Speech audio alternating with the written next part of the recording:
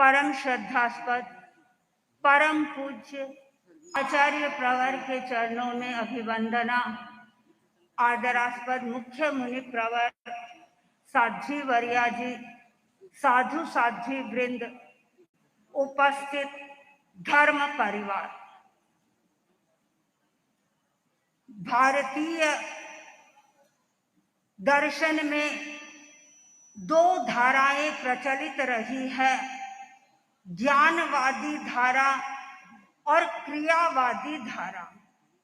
ज्ञानवादी धारा का समर्थन करने वाले दार्शनिक यह कहते हैं कि ज्ञान के द्वारा मोक्ष की प्राप्ति हो सकती है, और क्रियावादी दर्शन में विश्वास रखने वाले दार्शनिक कहते हैं कि यदि हमारी क्रिया अच्छी है तो वह हमें मोक्ष की ओर ले जा सकती है। जैन दर्शन अनेकांतवादी दर्शन है। अनेकांतवादी दर्शन होने के कारण वह समन्वय में विश्वास करता है। जैन दर्शन के अनुसार एक व्यक्ति के पास में ज्ञान है और उसके अनुसार वह क्रिया करता है, उसके अनुसार यदि उसका आचरण होता है तो वह मोक्ष को प्राप्त कर सकता है।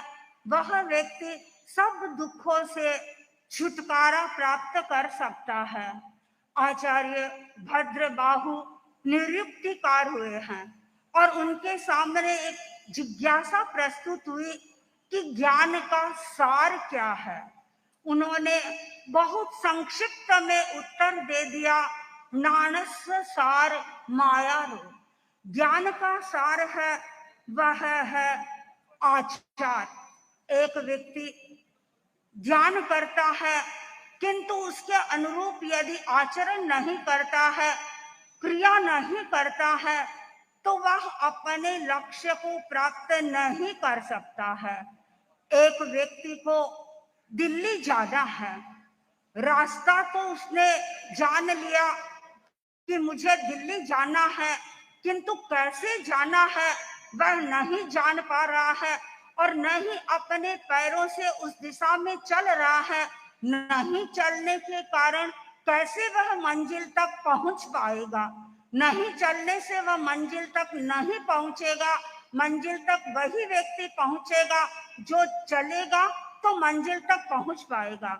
और दूसरा वह व्यक्ति है जो खाली चलता चलता जाता है किंतु उसे मंजिल का ज्ञान भी नहीं है। क्या कोरा चलने वाला व्यक्ति मंजिल तक पहुंच सकता है? कोरा चलने वाला व्यक्ति भी भटक जाएगा। वह यह नहीं सोच पाएगा, वह यह नहीं समझेगा कि मुझे कहाँ उतरना है, अहमदाबाद पहुंचना है या मुझे सूरत पहुंचना है या दिल्ली जाना है। यदि दिल्ली पहुंचना है तो दिल्ली के बारे में मुझे जानना होगा और उसके बाद में उस दिशा में मुझे गति करनी होगी, क्रिया करनी होगी। और ज्ञान और क्रिया दोनों की जब समन्वित होगी तब ही व्यक्ति दिल्ली तक पहुंच पाएगा। आवश्यक निरुक्ति में एक बहुत सुंदर श्लोक आता है इस संदर्भ में।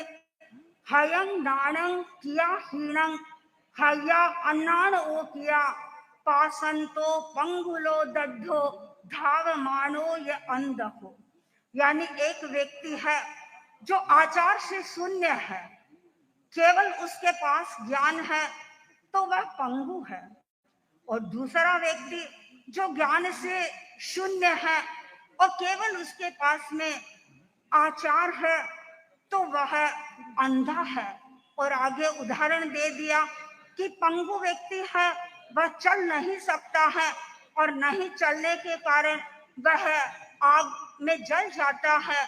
और अंधा व्यक्ति है, वह आग को देख नहीं पाता है, इसलिए वह जल जाता है। आवश्यक निरुक्ति में इस संदर्भ में दो उदाहरणों के द्वारा इस बात को स्पष्ट किया है।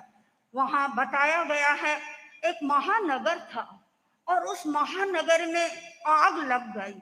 लोग महानगर को छोड़ करके जाने लगे और उसी महानगर में दो अनाथ व्यक्ति थे। एक पंगु था और दूसरा अंधा व्यक्ति था। दोनों के सामने समस्या थी। पंगु व्यक्ति अपने सामने देख रहा है आग जल रही है, किंतु वह चलने में असमर्थ है, और चलने में असमर्थ होने के कारण धीरे धीरे आग उसके निकट आने लगी, वह आग में जल गया।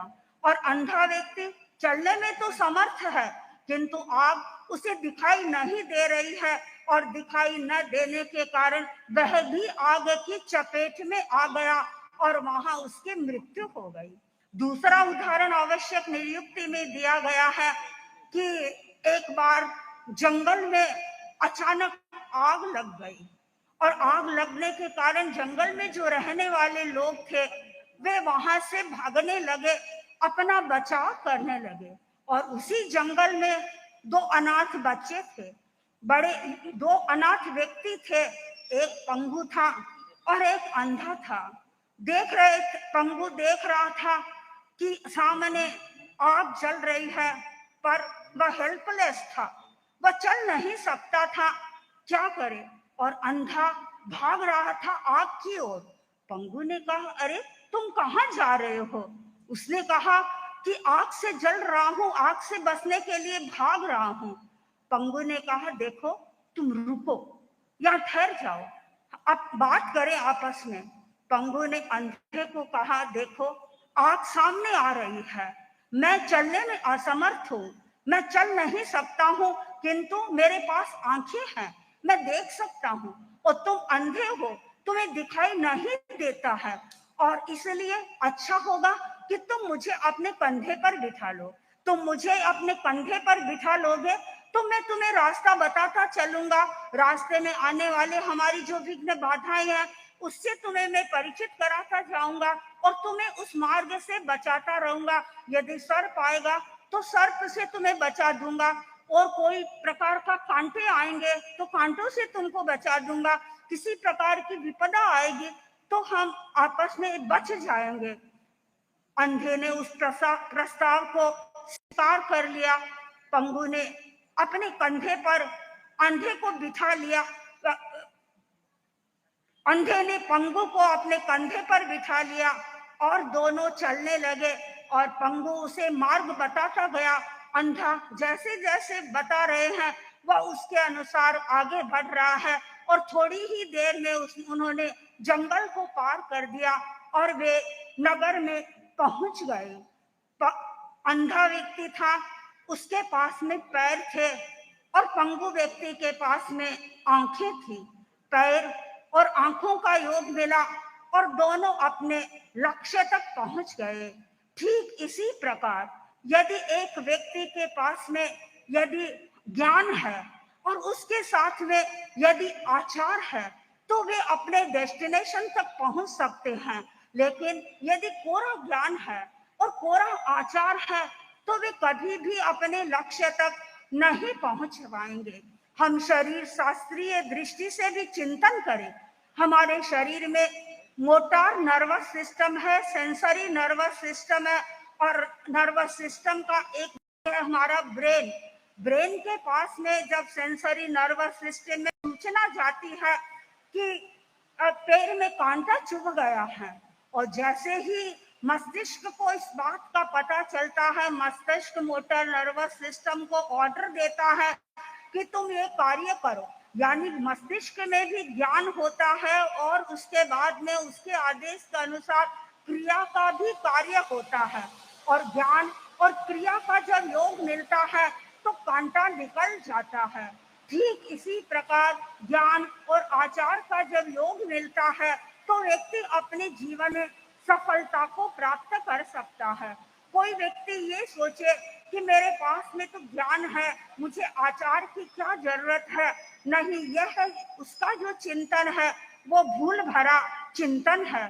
संस्कृत साहित्य में एक सूक्त आता है, शास्त्रं भारो अविवेकी नाम, यानी जो अविवेकी व्यक्ति है उसने बहुत सारे शास्त्रों का अध्ययन कर लिया, बहुत ज्ञान कर लिया, और वह लोगों को अपने ज्ञान की शेखी बगाड़ता है लोगों के सामने, और लोगों को अनेक प्रकार के उदाहरण देकर के अपने बात को समझाने का प्रयत्न करता है, किंतु वह अपने ज्ञान को आचार में नहीं लाता है, अपने ज्ञान को अपने प्रैक्टिकल लाइफ में नहीं लाता है, तो सचमुच में उसका ज्ञान है वह भार स्वरूप बन जाता है। वह ज्ञान उसका उपहार नहीं बनता है। ज्ञान उपहार तभी बन सकता है जब ज्ञान हमारी प्रैक्टिकल लाइफ में आ जाए।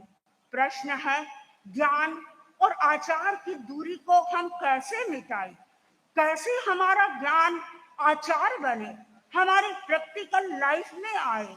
परम पूज्य आचार्य महाप्रज्ञ जी जीवन विज्ञान के संदर्भ में कई बार फरमाते थे कि एक नदी है, उस नदी के दो किनारे हैं, एक किनारे से दूसरे किनारे पर व्यक्ति सीधा नहीं पहुंच सकता, एक बीच में सेतु का निर्माण कर लो, सेतु का निर्माण होगा, एक व्यक्ति इस किनारे से उस किनारे पर पहुंच सकता है।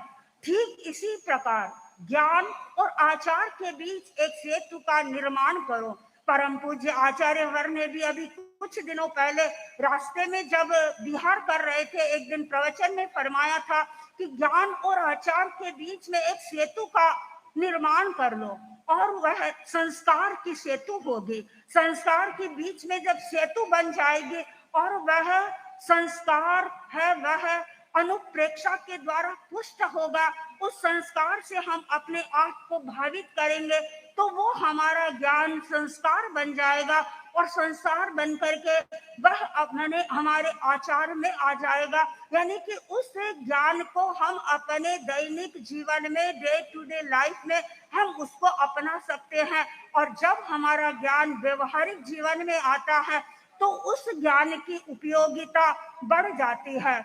कई बार हमने परम पूज्य आचार्य महाप्रज्ञ जी से सुना कि अब पाश्चात्य जगत में एक स्वर उठ रहा है कि जो फिलोसॉफी है उस फिलोसॉफी को खाली मेटाफिजिक्स तक सीमित नहीं रखना चाहिए। फिलोसॉफी अप्लाइड फिलोसॉफी होगी तब ही उसका उपयोग हो सकेगा। तो ज्ञान यदि अप्लाइड ज्ञान होता है तब उस ज्ञान का उपयोग होता है। ज्ञान हमारे जीवन के व्यवहार में आता है तब उसका उपयोग बनता है, वह उपयोगी होता है। और ज्ञान खाली ज्ञान के स्तर तक सीमित रहता है तो उसका बहुत अधिक मूल्य नहीं होता है। आज परम पूज्य आचार्य वर्ग की सन्निधि में जैसा कि अभी संयोजक मुनि ने बताया उत्कर्ष का कार्यक्रम है और उत्कर्ष के बारे में जैसा मैंने अनुभव किया शायद ये ज्ञान और आचार का ही एक निदर्शन है।